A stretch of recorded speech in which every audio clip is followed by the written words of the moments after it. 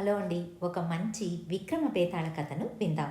వజ్రపురంలో ఉండే నిత్యానందుడు గొప్ప పరోపకారి. ఎవరైనా కష్టాలలో ఉన్నారని తెలిస్తే ముందు వెనక ఆలోచించకుండా వాళ్లకు సహాయపడేవాడు. ఇంకా చెప్పాలంటే అతడే నిజంగా ఎవరు కష్టంలో ఉన్నారో వెళ్లి తెలుసుకుని వాళ్లను ఆదుకునేవాడు.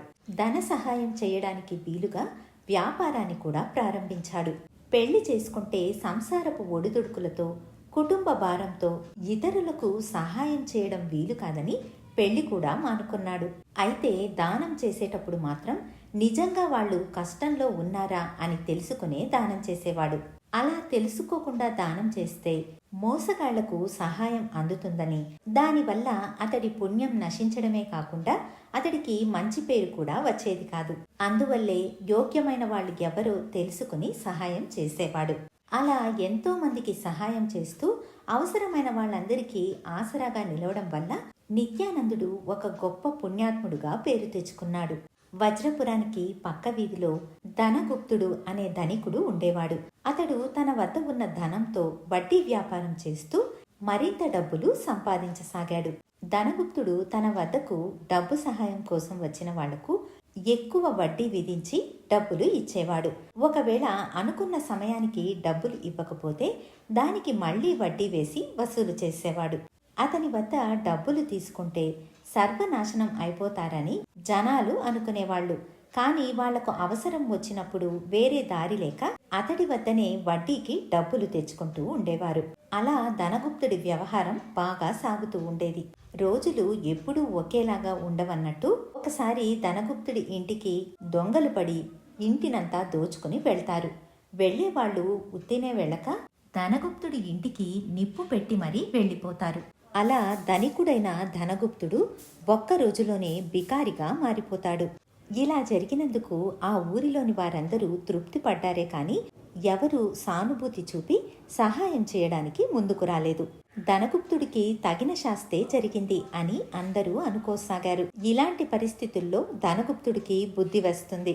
ఈసారి కాస్త డబ్బులు సంపాదించి వ్యాపారం చేయాలని నిర్ణయించుకుంటాడు. అయితే ధనగుప్తుడికి దురదృష్టం వెంటాడసాగింది.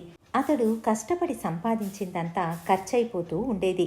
పెరిగిన ఆహార ధాన్యాల ధర, దానితో పాటు ఇంట్లో ఎవరో ఒకరు అనారోగ్య పాలు అవ్వడం, అలా సంపాదించిందంతా అప్పటికప్పుడు ఖర్చయిపోతూ ఉండేది.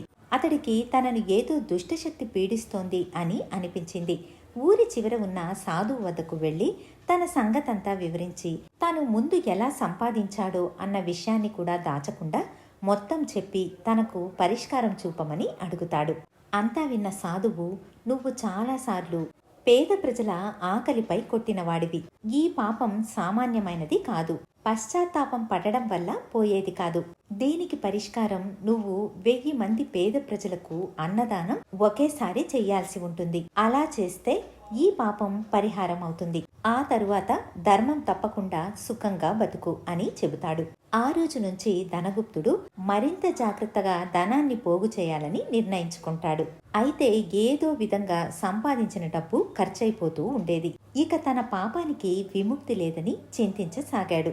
అలాంటి సమయంలో నిత్యానందుడి గురించి జనాలు మాట్లాడుకోవడం అతడి చెవిన పడుతుంది. ధనగుప్తుడు వెంటనే ఒక నిర్ణయానికి వచ్చి తన భార్య పిల్లలను తీసుకుని నిత్యానందుడు ఉండే గ్రామానికి చేరుకుంటాడు. ఆ గ్రామంలో ఎదురుపడిన ఒక వ్యక్తితో తన గురించి చెప్పుకుని నిత్యానందుడి గురించి అడుగుతాడు.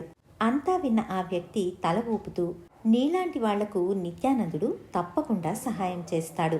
నీ సమస్యకు నా దగ్గర ఒక పరిష్కారం ఉంది. అదేంటంటే నిత్యానందుడు గొప్ప పుణ్యవంతుడు. దానికి నిదర్శనం ఏంటంటే రోజు అతడు దేవాలయంలో అడుగుపెట్టిన వెంటనే ఆరిన దీపాలు వాటంతట అవే వెలుగుతాయి. కాబట్టి అతడు సామాన్యమైన మనిషి కాదు. అందువల్ల నువ్వు ఆ మహానుభావుణ్ణి పిలిచి భోజనం పెట్టి ఉపచారం చేస్తే చాలు. 1000 మంది పేద ప్రజలకు అన్నదానం చేసిన ఫలితం నీకు లభిస్తుంది అని చెబుతాడు. ఇది విన్న ధనగుప్తుడు ఎంతో సంతోషించి ఊరి లోపలికెళ్లి నిత్యానందుణ్ణి కలుసుకుని తను వచ్చిన పనిని వివరించి తన ఇంటికి భోజనానికి రావాలని ఆహ్వానిస్తాడు. ఇది విన్న నిత్యానందుడు, అయ్యా, మీకు సహాయం చేయడానికి నాకు ఎటువంటి అభ్యంతరము లేదు. కానీ మీరు చెబుతున్నది చాలా విచిత్రంగా ఉంది. నేను ఒక్కడిని భోంచేస్తే 1000 మంది భోజనం చేసినట్టు ఎలా అవుతుంది? నేను ఒక సామాన్య మనిషిని. ఇలాంటి మూఢనమ్మకాలు పెట్టుకోకండి అని అంటాడు. మీరు అందరిలాంటి వాళ్ళు కారు. మీరు గుడిలోనికి ప్రవేశించగానే దీపాలన్నీ వాటంతట అవే వెలుగుతాయి కదా. అలాగే మీరు భోజనం చేసిన వెంటనే ఏదో ఒక నిదర్శనం కనిపిస్తుందని నా నమ్మకం. దయచేసి ఒప్పుకోండి అని అర్థిస్తాడు. దానికి నిత్యానందుడు ఒప్పుకుంటాడు. ధనగుప్తుడి కుటుంబం 4 రోజులు కష్టపడి డబ్బు సంపాదిస్తారు. ఆ డబ్బుతో ధనగుప్తుడు నిత్యానందుడికి రకరకాల వంటకాలతో కూడిన ఘనమైన భోజనాన్ని వడ్డిస్తాడు. నిత్యానందుడు భోజనం చేసిన తరువాత ఒక విచిత్రమైన ఘటన జరుగుతుంది. నిత్యానందుడు తిన్న అరటి ఆకును ఎత్తిన వెంటనే దాని కింద ఇంకొక ఎంగిలి ఆకు కనిపించింది. ఆ ఆకును తీసిన వెంటనే దాని కింద మరొక ఆకు కనిపించింది. ఇలా ఒకదాని తర్వాత ఒక ఆకు ప్రత్యక్షమయ్యింది. మొత్తం ఆకులను లెక్క పెడితే 1000కి చేరింది. ధనగుప్తుడు ఆనందంతో, చూసారా, నేనన్న మాట నిజమయ్యింది. ఏదో ఒక నిదర్శనం దొరుకుతుంది అని చెప్పాను, అలాగే జరిగింది అన్నాడు. ఇది చూసిన నిత్యానందుడు కూడా ఆశ్చర్యపడి తృప్తిగా అక్కడి నుంచి వెళ్ళిపోయాడు. ఇక తన కష్టాలన్నీ తీరిందని ధనగుప్తుడు ఎంతో సంతోషించాడు. అయితే ఆ రోజు సాయంకాలం ఇంకొక విచిత్రం జరుగుతుంది. ఎప్పటిలాగే నిత్యానందుడు గుడికి వెళ్ళాడు. అయితే అక్కడ ఎప్పటిలాగా దీపాలు వెలగలేదు. ఈ విషయం తెలియగానే ఊరిలో వారందరూ ఆశ్చర్యపోతారు. నిత్యానందుడు ఎంతో కలవరం చెందుతాడు. తన వల్ల ఎలాంటి అపరాధం జరిగిందో అతడికి తెలియలేదు.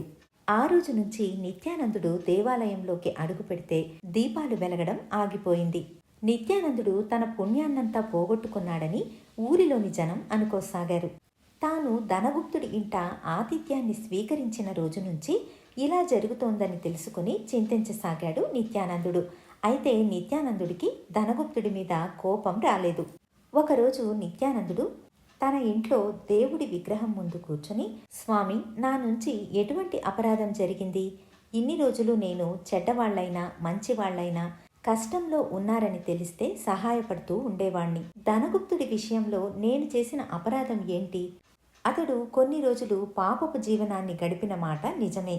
తరువాత తన తప్పును తెలుసుకుని పశ్చాత్తాపపడ్డాడు. అటువంటి వాడికి సహాయం చేయడం తప్ప అని అడిగాడు. విగ్రహం నుంచి ఎటువంటి సమాధానము రాకపోవడంతో నిత్యానందుడు నాకు సమాధానం దొరికే వరకు నేను పచ్చి మంచినీళ్లు కూడా ముట్టకుండా ఉపవాసం చేస్తాను అని నిర్ణయించుకుంటాడు. ఈ విషయం ఊరి పెద్దలకు తెలుస్తుంది. వాళ్ళందరూ ధనగుప్తుణ్ణి పిలిపించి జరిగిన విషయం ఏంటని అడుగుతారు. ధనగుప్తుడు జరిగిందంతా వివరిస్తాడు. అంతా విన్న ఊరి పెద్దలు మరుసటి రోజే 1000 మంది పేద ప్రజలకు అన్నదానం చేయాలని నిర్ణయించుకుంటారు. అప్పుడు ధనగుప్తుడు, అయ్యా, ప్రస్తుతానికి నేను పేదవాణ్ణి. మీరు ఆ అన్నదానాన్ని జరిపించండి. దాని ఖర్చంతా నేనే భరిస్తాను. కష్టపడి పనిచేసి ఆ డబ్బును క్రమంగా తీర్చేస్తాను. దయచేసి దీనికి ఒప్పుకోండి అని అడుగుతాడు. ఊరి పెద్దలు దీనికి ఒప్పుకుంటారు. వారి సహకారంతో ఊరిలో 1000 మంది పేద ప్రజలకు అన్నదానం జరుగుతుంది.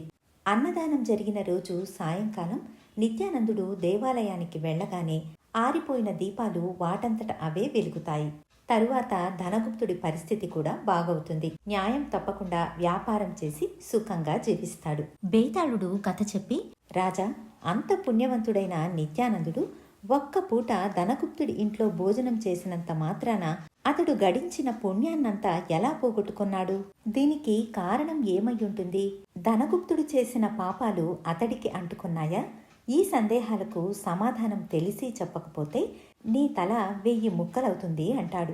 దానికి విక్రమార్కుడు, ఈ ప్రపంచంలో పుణ్యాత్ముల పుణ్యం ప్రజలందరికీ తెలియజేయడానికి దేవుడు కొన్ని అద్భుతమైన శక్తులను వాళ్లకు ప్రసాదించి ఉంటాడు. అలా వాళ్లను ఆదర్శంగా తీసుకుని మరికొందరు పుణ్యకార్యాలను చేసే అవకాశం ఉంటుంది. నిత్యానందుడు ధనగుప్తుడి కోరికను తీర్చడం తప్పు కాదు. అయితే ధనగుప్తుడు తాను కష్టపడి సంపాదించిన ధనంతోనే అన్నదానం చెయ్యాల్సి ఉండగా అలా చేయకుండా సులభమైన దారిని ఎన్నుకొన్నాడు. నిత్యానందుడి వల్ల 1000 మంది పేద ప్రజలకు ఒక్క పూట దక్కాల్సిన భోజనం తప్పిపోయింది. ఈ పాపమే నిత్యానందుణ్ణి చుట్టుకుంది. దానివల్ల దేవాలయంలోని దీపాలు వెలగడం ఆగిపోయింది. దాంతో ధనగుప్తుడికి తాను చేసిన తప్పు ఏంటని అర్థమైంది అని అన్నాడు. రాజుకు ఈ విధంగా మౌనభంగం కలగగానే బేతాళుడు శవంతో సహా మాయమై మళ్లీ చెట్టెక్కాడు. చందమామలోని ఈ కథ ఎంతో బాగుంది కదూ. మళ్ళీ మరొక మంచి కథతో మీ ముందుంటాను. ధన్యవాదాలు.